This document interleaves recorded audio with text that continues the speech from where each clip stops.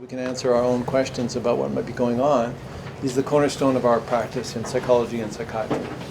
And the purpose is to get their history. And now the diagnostic interview is a little bit different than the history-taking interview. So somebody comes in, the usual questions you ask are around what brings you here, what kind of concerns do you have, what would you like to work on, and so forth.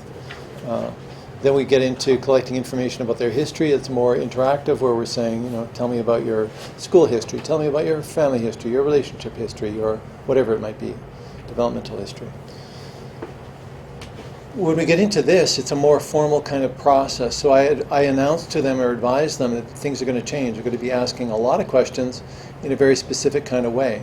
And I'm doing it as a screening method of ensuring that we don't miss anything important. Because somebody comes in and says, well, I think I'm depressed. Maybe they are, but what if they aren't? What if they are depressed, but it's being caused by another condition that's not being managed? Right? So is it our job just to say, well, I'm going to answer their question about depression, or should we be more responsible than that and say it's my job to look at what might be going on in this person's life, and then from that they can make decisions about what they want to do. So we're going to collect the history, the client history, to determine the origin and development of psychological problems. And in the early days, treatment was talk therapy, so the assessment process was verbal as well. Interview models early on varied widely. There was school of thoughts, psychodynamic schools, psychoanalytic schools. Each of them had their own focus. Some were more biological and medical, and some of them were more humanistic and person-centered. But the theoretical orientations they used influenced the questions they asked, the things they looked for, and of course the things they found. Right? If you only find what you're looking for. I found it fascinating when I was working. I was maybe 17. I was working in a restaurant as a cook, and there was a woman there who was from China, and she was a dishwasher. She was in her 80s, but she was doing this as a part-time job. I'm not sure all the story of how she got there. A big hotel in downtown Edmonton, and she's washing dishes, and she taught me this little expression, this little word. She said what I thought was, ho, right? It was one of the words in there, ho. So then I met somebody later on, and I used this little expression that I had learned that had the word ho in it. And I said to her, the expression, and she said, what are you trying to say? And I said, well, she told me it meant this, and she said, oh, she said ho. And I said, that's what I said. No, you said ho.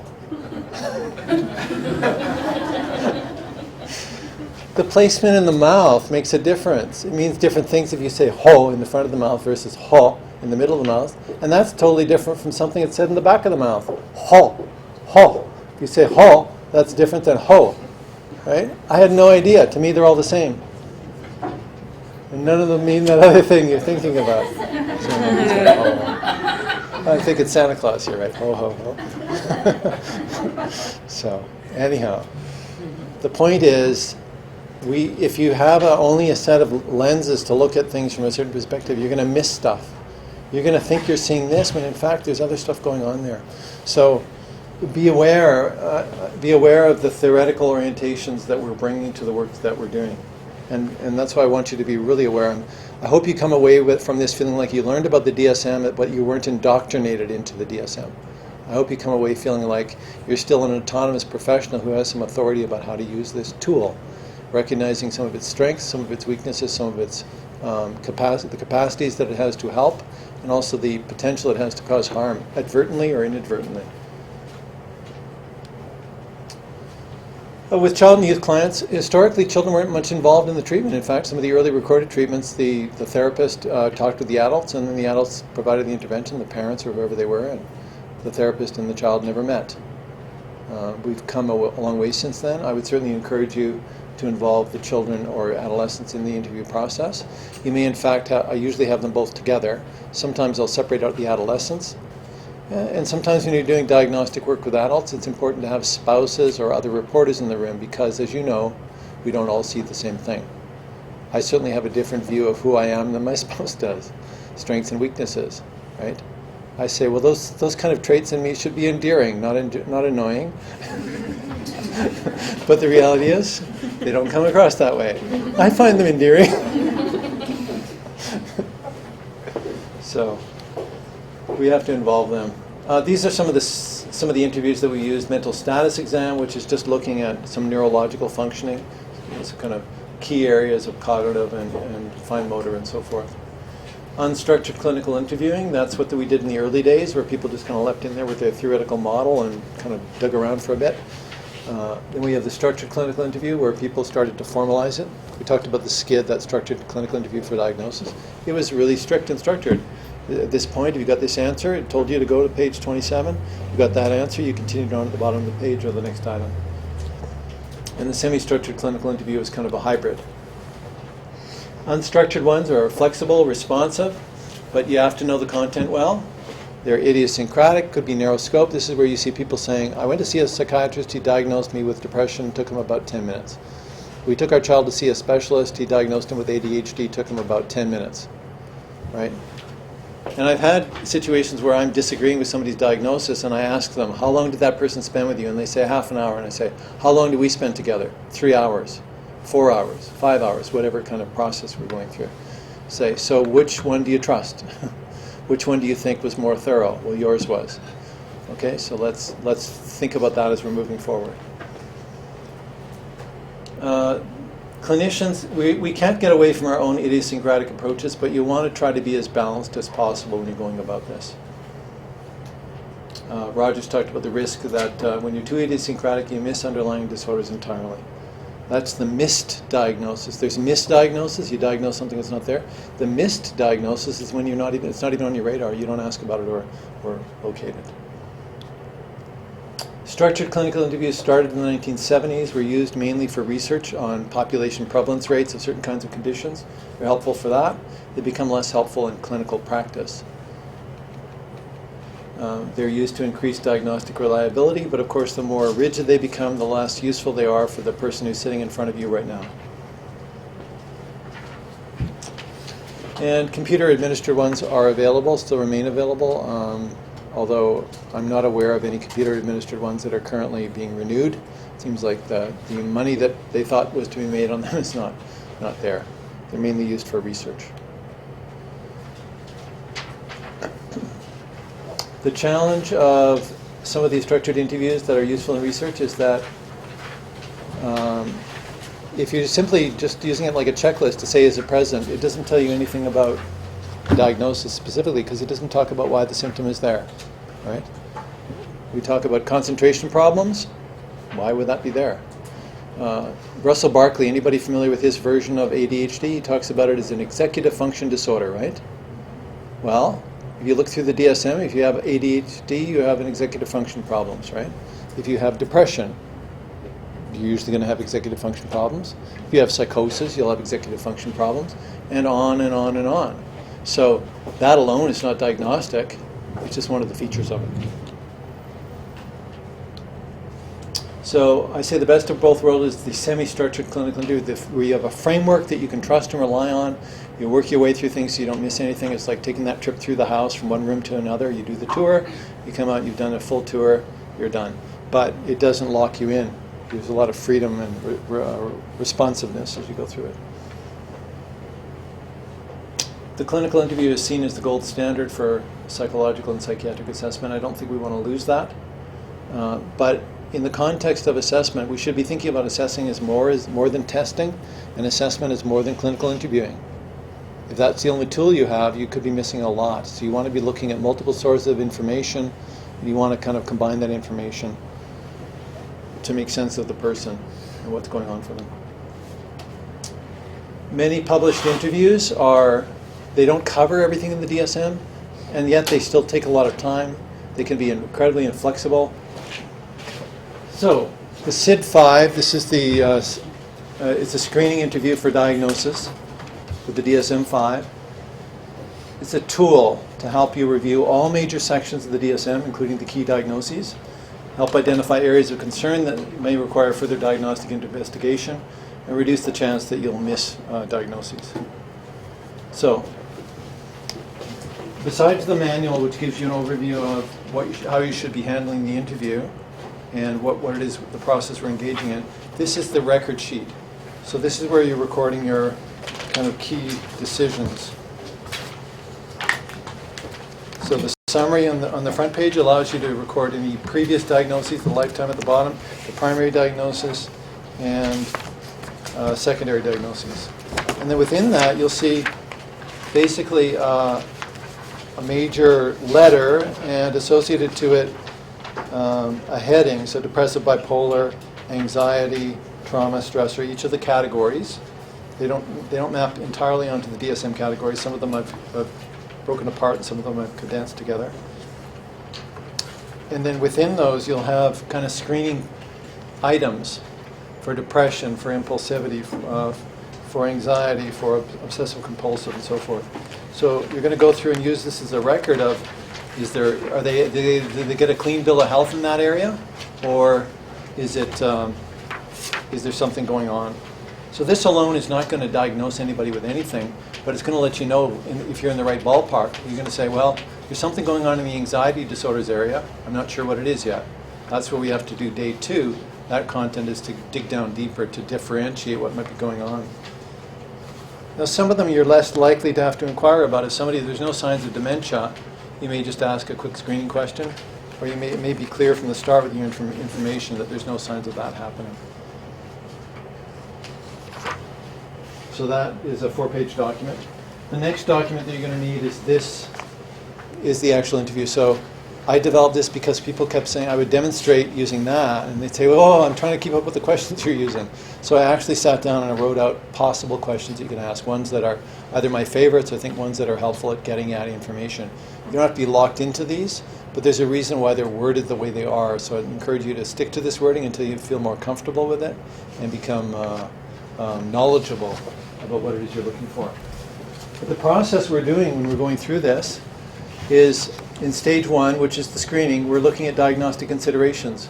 So we're reviewing the background history to develop hypotheses. Already from your interview and for the reason they're coming in, you're going to have ideas about what might be going on. Is this a learning problem, an attention problem? Is it a relationship problem? Is it a depressive mood problem? Right? You're going to start to get ideas from that.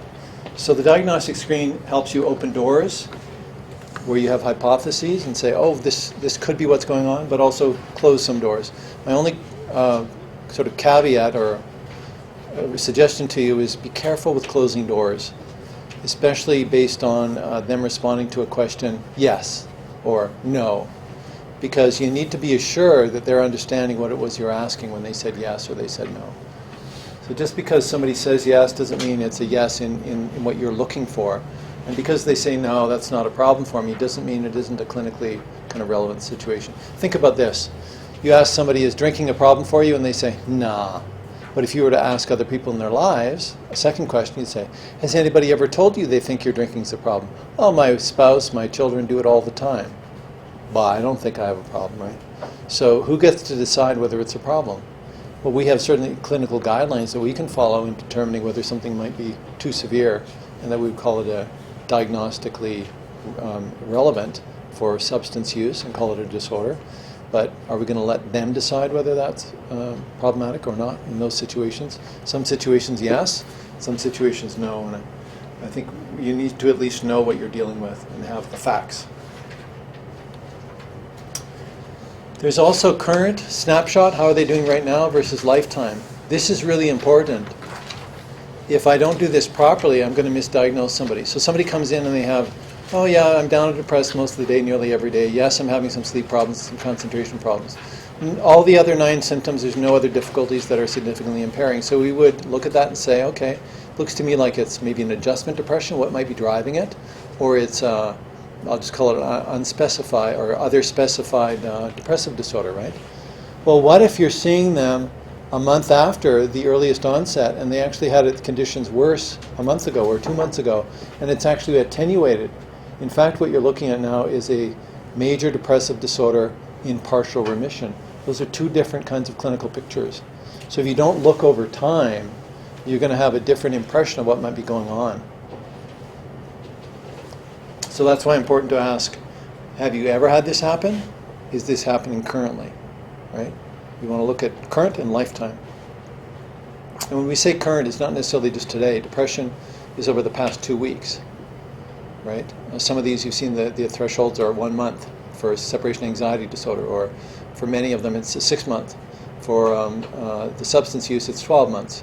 So we need to be aware of some of those different time frames. Now the wording in here, some questions are worded to be asked of the individual and some of the parent or observer. So if you're only meeting with one individual, then there's one set of information you're looking for. Observer reported wording is highlighted in light gray. So if it's just the first person, you can ignore anything that's grayed. You see that light gray in there? You can ignore that text. But if you're working with a parent, then those are or a spouse or somebody, those are the questions you would ask of them. So that's your quick code as you're looking through this. Who do I ask this of? Wording is intended for either gender. So I was going to have a male version and a female version, and I just said, oh, this is too much. So I just created one where I have he or she underlined. Does he or does she? So I've got it highlighted in a way that you should be able to, or documented in a way it should be easy for you to make that adjustment. I tried to use him, her, his, her as little as possible, so I tried to word it in a way where that wouldn't interfere and be a problem for you. But the first one is the one that I bolded all the time. Questions are carefully worded to collect key information. Most are worded in several ways to offer options, and they start off with more open-ended and then become more specific. So some people need more specificity than others. And sometimes it's just worded in a different way because they might not understand the vocabulary, the language that you're using. But you have the autonomy to use your clinical judgment and reword the questions. If they don't understand it, don't just stick with the wording that's there. Find a way to get across to them what you're looking for. That's kind of critical. And then you rate the item or the category or the question you're asking. So this applies as we go into this specific diagnostic interviewing tomorrow. It applies to that. Tomorrow we're going to be doing it with each criterion. Do they meet criterion? So it's like this. It's rated a question mark, means it's present and it meets threshold. So it's at a clinical level of severity. If I put a minus sign, that means I investigated it and it's not present at all. So it's not a concern. If there's an S, it means the criterion has a subthreshold presentation. So it's there, but it's not significant or impairing or often enough or whatever it is to be at a clinical level. And a question mark means I don't have enough information. I have to ask more, find out more, get more information. And you might recode that as a check mark or a minus, or even potentially as an S. A blank box indicates the item was not investigated. So that, for me, if I use the same practice, if it ever goes to court, there's a blank box. They can say, what's this? And say, I obviously didn't ask about that one, right? And it's also a reminder to you that you skipped an item. It's your prerogative, but you need to be aware that you're doing it, right? So if you're using this, it's going to be a prompt for you. Oh, I'm not habitually not using that particular one. So this system works for each criterion. It works for each diagnosis. Do they meet criteria for the diagnosis? Is it subthreshold, in which case we might revert to a other specified version of that disorder, or is it not present at all, line through it? So that's the simple coding I use. Check mark, S for subthreshold, line through, or question mark. You don't have to be wedded to those. If you have a different kind of system that makes more sense to you and you like it, you can use that. This is kind of an adapted version of the SCID. The KSADS uses its own. They use a 0, 1, 2, and 3. Whatever system works for you, as long as you're clear about it. So the demonstration part. Do we need to change the microphone up here? Be confused with an anxiety attack which has a known trigger. So if they say, yeah, I saw this dog, it made me scared, I knew I had to do a presentation, because of that I had this anxiety attack backstage, that has a clear etiology. So we're not going to call that a panic attack, we're going to call it an anxiety attack.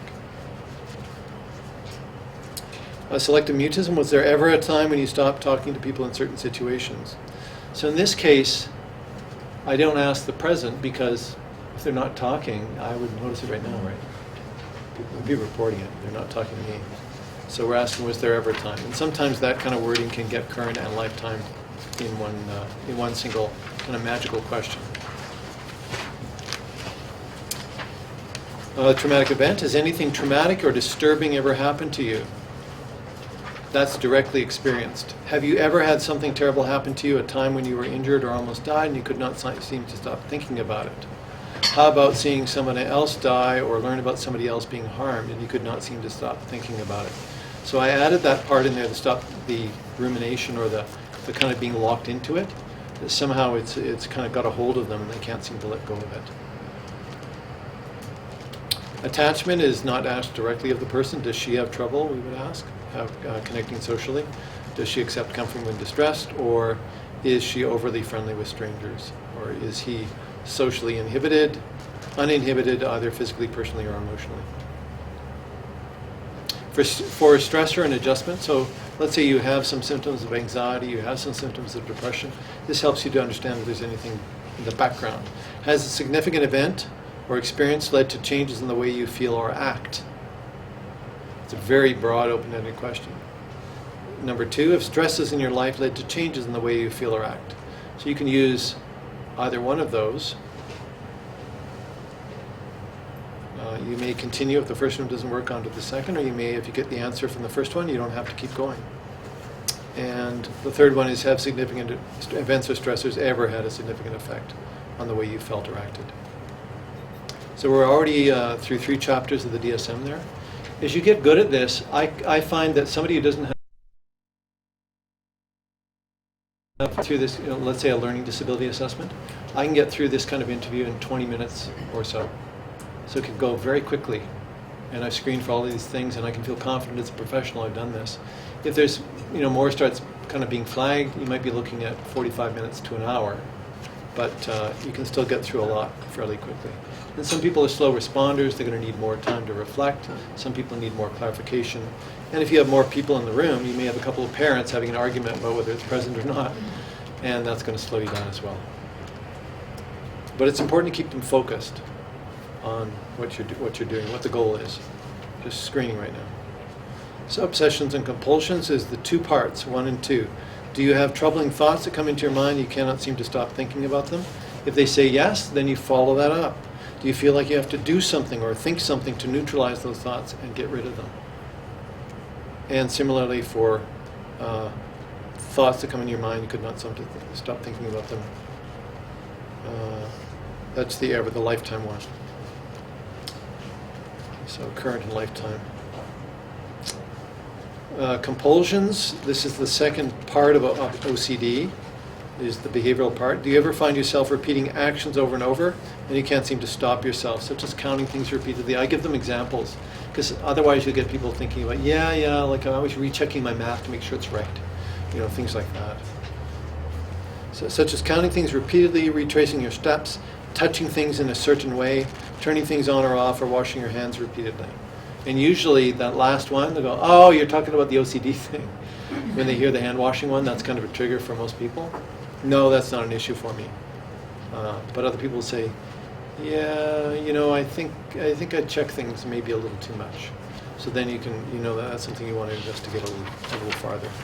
Again, current lifetime, individual, or go into the gray if you're asking the third party observer. This is the imagined physical defect. Do you believe there's something very wrong with you physically, or that you're deformed in some way? Have you ever believed that? Hoarding. Do you have great difficulty giving up or throwing away possessions? Did you ever experience that? So if people are kind of glomming on to what you're doing and they seem to have good awareness, if you ask the first questions, do you have great difficulty? And then you ask the lifetime one, what you might end up doing is just shortening it. Did you ever experience that? Right? So you don't have to use as much language as long as they understand the first one. If the answer was no now, it may be no for the previous one, previous period of time. Have you ever pulled your hair out? Most parents will say, I'm a parent, of course I pull my hair out. Right? Spouses. We're looking for the actual hair pull. Excoriation. Do you pick, scratch, or harm your body in any way? Right? Did you ever pick, scratch, or harm your body in any way? Oppositional defiance. Are you reactive and argumentative, often challenging others? Or have you ever been reactive and argumentative? Now, for younger children, you might have to scale the language down and say, do you argue a lot with people, or do you have trouble getting along with people? The intense anger outbursts, this is where we're getting at intermittent explosive disorder. Do you often experience intense outbursts of anger, even over little things? And have you ever experienced that? Conduct disorder, they're very specific questions, and I can usually go through these pretty rapid fire, pretty fast. Have you ever had problems with stealing, either from people or places? Have you ever had an intense interest in fire or setting fires? Have you ever been in trouble with the law, such as being charged with a crime? Or have you ever done things that would have got you in trouble with the police if you had been caught? Have you ever hurt someone or injured an animal on purpose? Have you ever broken into a car or house or vandalized property? So I lumped a number of them together within these to kind of get through it quickly. Moving into neurodevelopmental. Cognitive functioning, do you have trouble learning or understanding things? So it might get at learning disabilities, it might get at intellectual disabilities. Do you have trouble with everyday activities such as taking care of yourself, shopping, managing your finances? Autism now, we're screening for that. Do you ever find that you have to do things in a specific way and do not like change? Do you have many areas of interest? That's looking at the broad side, because we're asking them to find out if they have narrow areas of interest. No, I've only got a couple of interests. What are those? Can you tell me more about it? And so we don't just respond to take at their response and write it down. If they say, yeah, I just have a few areas of interest, you might follow that up with another question to say, can you give me some examples? Or can you tell me more about your narrow areas of interest, what those are? For the external person on this, or somebody who may have more significant kind of autism features, does he have rigid routines or habits, and does he resist change? Does he repeat movements or actions that seem to have no purpose? Does he have intense limited interests? So again, these are screening questions. If somebody comes in and the main question is around autism, you may not bother asking these questions. You may just say, I'm going to go directly to that expanded unit. If they come in and the main concern is depression, you don't need to do the screening questions for depression because you already have that information, right? So those are ways that as you become familiar with it, you can shorten those up. And that's how this becomes faster to get through. In attention, activity and restlessness and impulsivity, I separated those out with specific questions for each of those. Do you have trouble focusing during tasks and activities? Do you often feel restless or fidgety? And do you have trouble awaiting or controlling your impulses?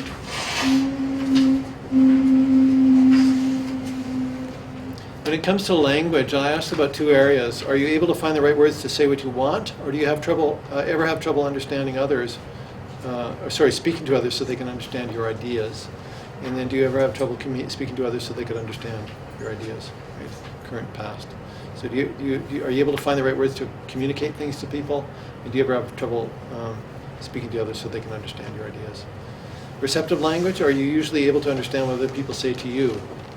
The first is, can you make yourself understood? Can you understand what others say to you? Social language, is this pragmatic language? Are you able to talk with others so you can be friends with them or do things with them? I have a question there for the child as well. The next category, the speech production, reading, writing, and mathematics, those are screening for academic areas and speech articulation. Usually the speech articulation, the current one, it's going to be obvious to you, but sometimes you might have to ask about lifetime if they've ever had treatment, and it's not a problem. For the academic ones, I just asked them if these things have ever been a problem for them. Has reading ever been a problem for you? Has writing or spelling ever been a problem for you? Has math ever been a problem? Tics, we're asking if people make these repetitive movements or sounds. So have you ever had a vocal tic or motor tic? Some people are going to be able to deal with that question. Other people are going to need a little more explanation. A tic, are those little things that you get under your skin? Do people notice you make certain movements or sounds over and over again? Did you ever have trouble with motor skills, such as being clumsy or having messy handwriting? Did you ever have problems with toilet training, bedwetting, or urinating in places you should not? And sometimes it comes out that people are having sleepwalking episodes and they're going into the closet thinking it's the bathroom, and in their mind they're in the washroom, but in fact they're urinating in the closet. Are constipation or painful bowel movements a problem? Were constipation, soiling, or bowel movements or accidents ever a problem for you? With the feeding and eating, we're looking at thinking as well as perception. Do you think you're overweight, underweight, or normal weight? I just ask a broad question. What's your perception of yourself?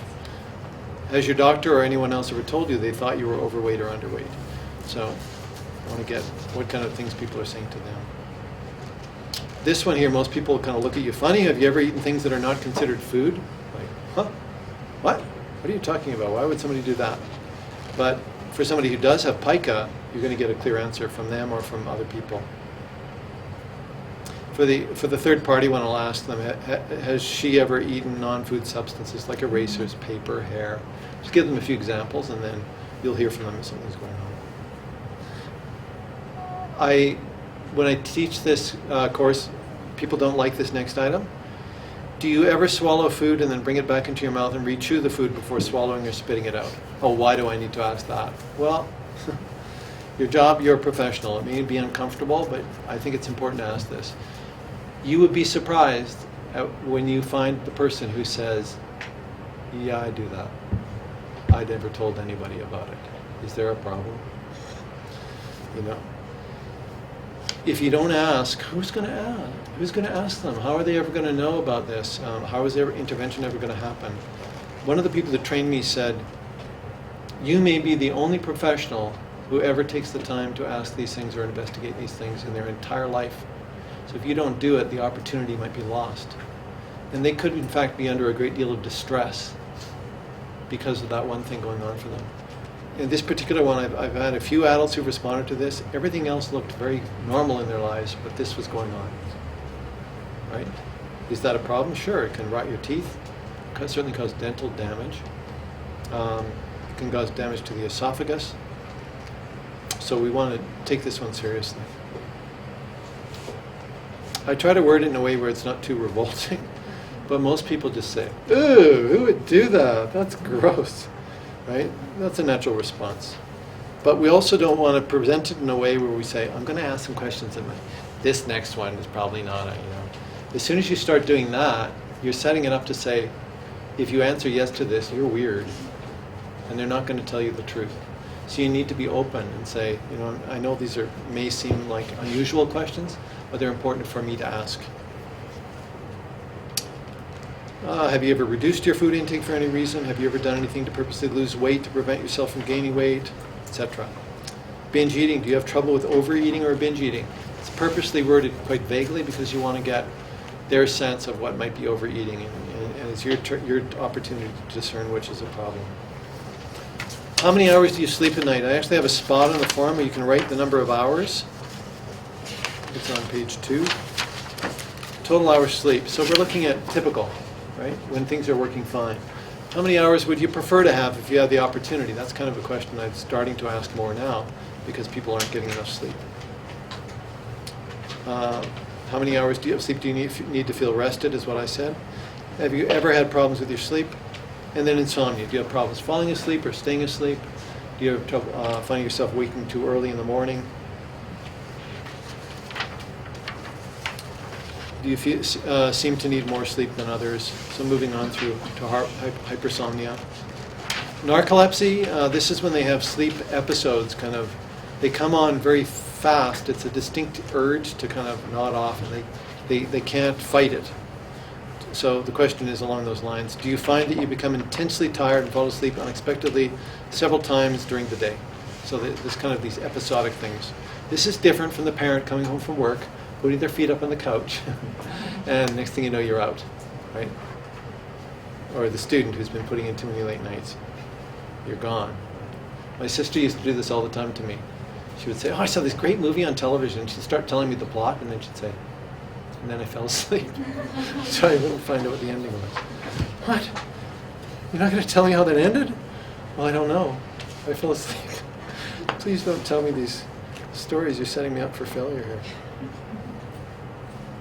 Snoring. Do others tell you that you snore when you sleep? That's the only way of doing that one. Most people are not going to be self-aware. Some people are aware. They wake up and they'll kind of hear it, but most people are not aware. Have you ever woken up because of your own snoring? Do others tell you stop breathing for extended periods during the night? Or have you ever woken up abruptly and felt like you didn't have enough oxygen or had to catch your breath? That's an indication there may be sleep apnea going on, and that's potentially serious, or something they should be investigating. When you try to fall asleep at night, do you feel restless, like you need to move your legs or limbs? So this is a kind of like a shaking of the limbs that people, they're doing it with a kind of willfulness, but they can't seem to stop it. It's like an agitation in the legs. So it's not like it's totally involuntary. They have to agree to it. They could relax their legs. But it just seems to be something that comes about when they feel like they have to move their legs around. Do nightmares disrupt your sleeping? Have nightmares ever been a problem? Were sleep terrors ever a problem for you? Some people may not know what sleep terrors are, but they're basically when the person wakes up, they look like they're awake, but they are not. They're in some kind of altered state of consciousness, and they don't see you. They're seeing some other reality. Or if they see you, you're in a different context, and they're usually pushing you away, and they're distressed, and you can't comfort them, and it's very upsetting for the adult. Usually happens around the age of 3, 4 years old. That's the most common kind of onset age. And again, you want to disrupt their sleep patterns so that they stop doing that. It's very hard to wake them out of it, and if they do, it can be very distressing for them as well. Have you ever walked in your sleep? Okay, substance abuse. So this is one set of questions. As we get into it tomorrow, I'll give you more clinical approach to this. But this is just asking, has alcohol ever caused problems for you? Has street drug use ever caused problems for you? Has prescription drug use ever caused problems for you? The reason you're asking about this is because we want to see if there's any kind of consequences for their particular behaviors. We don't want to ask them how much they've been drinking or if they're using street drugs at all. It's just, has it ever caused problems for you? Have you ever had a bad or unexpected reaction to the following? So you may ask them initially, have you ever used alcohol or do you drink? Have you ever used street drugs? Did you ever have a bad reaction to that particular street drug that you used? Then this is the magic question out of this particular version of getting at addictions. Have others ever told you they think that it's a problem for you? Because most people, if they have somebody who cares about them, they're going to say, I think your drinking is a problem. It's going to come out somewhere along the way. Somebody in anger is going to say, there's a problem here, right? Actually, one of the people who taught me about addictions was an addiction specialist, a psychiatrist who had an addiction himself historically. And he said he woke up when his wife sent him to work with chocolate brownies made from X-Lax. She'd had enough. Basically, his drinking was creating disorder in their life, and she had to fix everything and clean it up and deal with it day after day after day. So she sent him off to work with X-Lax brownies so that he was going to have to be dealing with his own mess and facing it and cleaning it up himself. So it worked. It got his attention. He said it was quite unpleasant.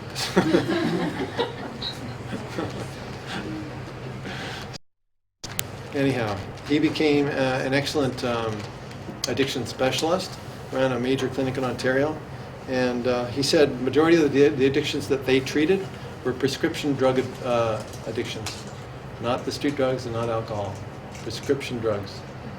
So there's a lot of people in the medical community turning a bit of a blind eye to this, but they're responsible, directly or indirectly, them and the drug companies, for some of these problems. We need to be aware of it. Gambling, do you ever gamble? Most people are going to say, yeah, once in a while. Have you ever worried about your gambling? Right? You might want to ask other questions. Does anybody else think your gambling is a problem? That's a problem for you. I just have it as a broad one. Has it ever been a problem? They get to define what problem is, in this case. Somatic and physical, I put them all under one big question. Do you have frequent physical or body symptoms that bother you or affect you? Very open-ended. Could open up a whole nest of worms, or they could just say, yeah, I get backaches, I'm sitting at work all the time, I've had problems with my wrists, I'm typing all the time, I think I might have carpal tunnel. You start to find out some of these things, and in fact, it can be helpful. You can say, have you thought of talking to your family doctor about that? That may be the most help you're going to give them, is direct them back to another specialist who's going to look into this problem. My back is always giving me trouble. Have you ever told anybody about it? No, I just figured I have to live with it. Well, what about having a conversation with your family doctor, or maybe a chiropractor, or whatever it might be? That kind of referral that we do can be very helpful for people. Pain. Do you experience frequent or intrusive pain that restricts you from doing things? Or has physical pain ever been a problem for you? The illness preoccupation. Do you worry a lot about an illness or disease you might have or might get? Or do you think that you have a medical problem that has not been identified? So the illness preoccupation is, it could be part of the somatic symptom disorder, or it could be part of illness I've forgotten that particular disorder name. But that's the worry about getting ill even though they haven't been ill. Have you ever lost control over any muscles or senses? And that is getting at the conversion disorder. We're almost done here. Hallucinations. Did you ever see things or hear things nobody else seemed to see or hear? Have you ever experienced any other unusual sensations, such as crawling skin or unusual smells or tastes that disturb you? That's the one a lot of people don't ask about. We ask routinely about visual and auditory hallucinations. They're the most common. But if you don't ask about the others, you may not recognize they're happening. There's a couple of items that you have to observe. And then dissociation. Have you ever experienced a time when things felt unreal, as if you were in a dream world? Have you ever felt detached from yourself, your body, or your mind? Have you ever experienced memory loss for events? Was it related, if they did, was it related to some kind of injury, or is it this part of memory lapses that are part of perhaps aging, or is it memory lapses that are part of a dissociative condition?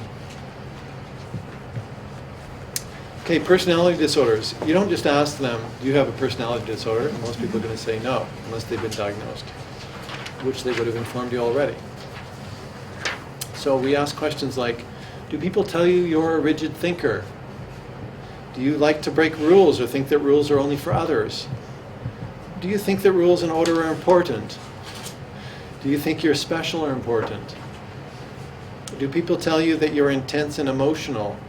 Do people tell you you lack emotions or empathy? Do people say that you're hard to get along with? Do you like attention? Do you like being alone? Do you like to spend time with people? Do you trust people? Are you comfortable around people? So these are door openers to get at some of these thinking patterns that are trying to deflect or get away from any kind of defenses around it. So most people with personality conditions, they kind of wear them on their sleeve. So you're not usually going to miss it, but that doesn't mean that they're going to necessarily want to talk about it in a way that makes them, cast them in a bad light. So you want to present these questions in a way that are going to open up discussion about it, that's going to help them to feel like you're on their side or you're aligned with them in some way. So that's why we ask them in these ways. Do others tell you, or do you like certain kinds of things or certain ways of doing things? Sexuality and gender. These kind of questions you may not ask sexuality questions of you wouldn't ask them of a preschooler or a school-age child, but children who are older you would ask. The average age now that children are seeing pornography, images or video is close to 8 years old. Their first experience, certainly much farther down the road than I was, because it's available, right, and in different kinds of environments.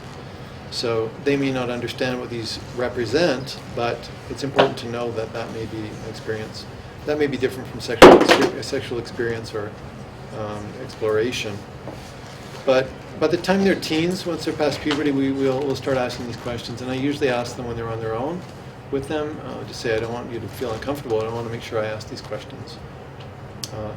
So do you have any concerns about sexuality or sexual functioning? Very open-ended. It's certainly not meant to be intrusive. And I've got 2 adult questions there. I don't ask the children or the adolescents. Have you ever experienced any significant impairment in sexual functioning, including arousal or orgasm? Or do you require certain objects, behaviors, or situations in order to be aroused in such a way that this negatively affects your relationships?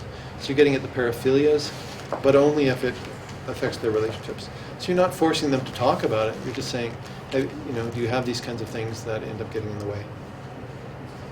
Gender dysphoria, do you feel like you're not in the right body or you should be in another gender? Or do you feel more like yourself when you're dressed as the opposite gender from your birth?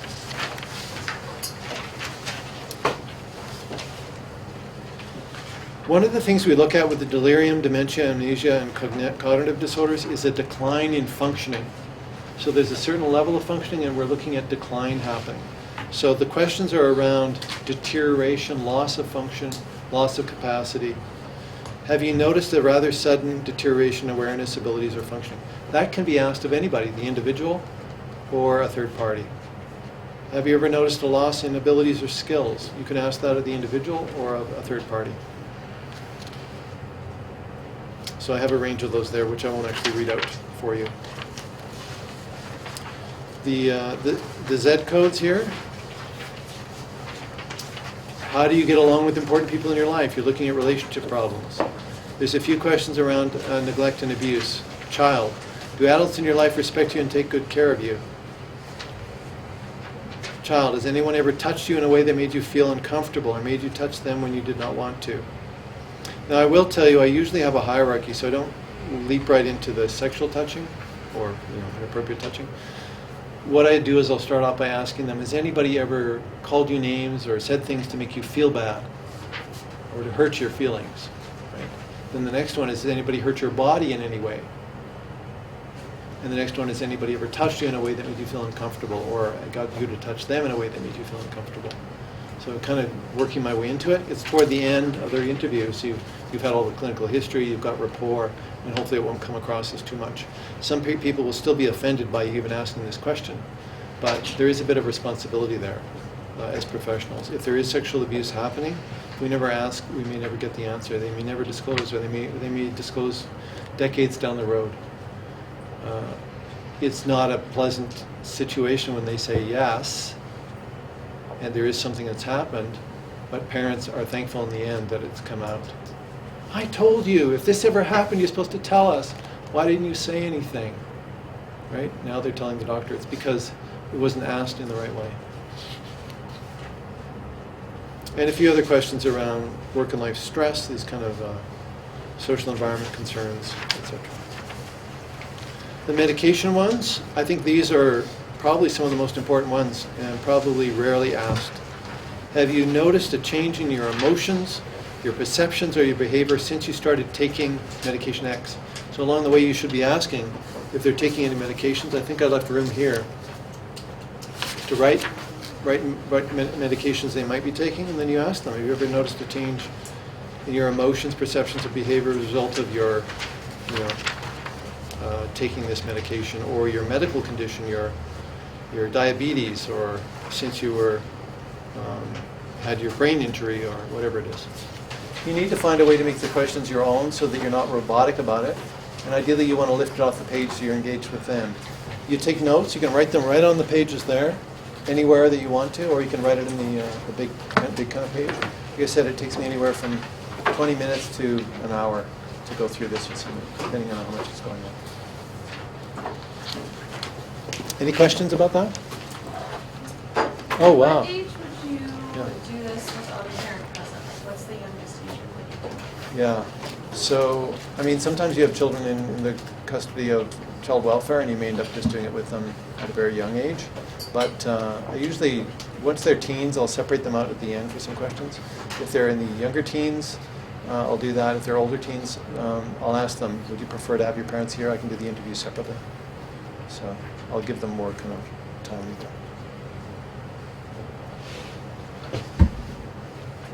I'm looking at the time here, realizing that we're not going to have time for the practice today. We'll start that first thing in the morning. So I'm sorry about that.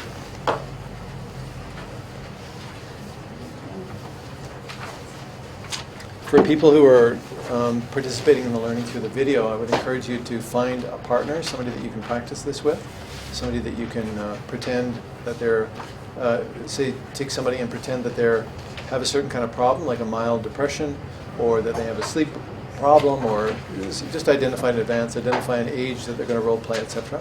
And make sure that when you're going through this with them, that you clarify if they're going to talk about real personal things or not, whether it's really about them or about a character they're playing, because you want to be careful about disclosure of information. The second thing is, if you are role playing, make sure that at the end of it you say, kind of shake off that role. I'm not going to be that character anymore, because sometimes what will happen is you're playing the obstinate teen, you might leave the character role play and go out and be the obstinate teen while you're buying something from the grocery store, you know. So just to remember to shake off that kind of practice. Okay, I do have a few more slides just to wrap us up for the day. Okay, so when you're using this manual, study it, read through every word to understand all the instructions, practice reading the questions out loud, practice with a colleague, and then practice with volunteers, and then while under supervision with clients. It's kind of gradually get yourself into this. The screening interview can help you conceptualize what the main categories of issues are going on. Is this depression? Is this anxiety? Even though you don't have a specific diagnosis, you have the major category of problems. So one of the places I worked was with family physicians, and everybody had to create their clinical impressions. We were given an hour and a half to do an intake assessment with somebody, get their background history. We had a form we filled in. We looked at medical history and everything else. And then we did a screening interview. And as part of this, we had to come up with our clinical impressions. It wasn't a diagnosis. It was just our initial impressions. And then we had a half an hour to write the report and went on to the next person. So that was a big family practice working with family physicians. So you should be able to come out of this with a general idea of what areas where the problems are. And you'll identify areas that need further investigation, areas that might need specialist assessment, and also areas that might help with intervention. Even without a diagnosis, so you may not be operating with diagnosis, you may not have time in your practice to do a full diagnostic workup on somebody. It doesn't mean you can't provide some help to them. In fact, in many situations, if you're given 6 therapy sessions, and that's all that the person can afford, or that's all that the employer will allow, or whatever it is, you want to get to work as soon as possible. So identify these areas and recognize the most common kinds of problems statistically are going to be in this kind of area, domain. Start with the most pressing problems, and if they aren't improving, it's a possibility that something is missed. So you start working on it. You say, well, we've got depression here, let's try to treat it. If it's resistant to treatment, you probably are missing some other factors that are going on at play here. Something else that's driving that depression, maintaining it. I'll actually tell you a quick experience that I had with learning. So I learned treatments for different kinds of conditions. One of them was anxiety disorders. I was in a specialized clinic, so I learned a lot about that. I also learned about how to treat tic disorders, but only in theory. I had a manual. I had 2 treatment manuals, 2 different versions of how to treat tic disorders, and I said, oh, one of these days I'll be able to try that out under supervision. So I had a child diagnosed with generalized anxiety disorder and a tic disorder. This particular child had a generalized anxiety disorder, and I said, well, I know anxiety, I know how to treat it, so I'll treat that first, then I can treat the tic disorder, right? So I treated the anxiety disorder, did a really good job on it, took about 12 sessions, and guess what happened to the tic disorder? It evaporated. It wasn't there anymore. We stopped doing that. It was tied in. It was a secondary disorder tied in to the primary disorder. Once we treated the primary disorder, we treated the secondary. So I didn't have to implement the treatment protocol for it. That's why I advocate really identifying the primary concern, because if you identify that and treat it, a lot of other things will start to look less serious. In fact, may dissipate or entirely remit. Okay, I just want you to review your learning. Think back to the questions you asked at the start of the workshop. Were your questions answered for this part of the training? And did you learn what you'd hoped to? Do you have any further questions? If you have further questions, you can bring those tomorrow. And we also have a little bit of time if anybody has any specific questions before we go for today.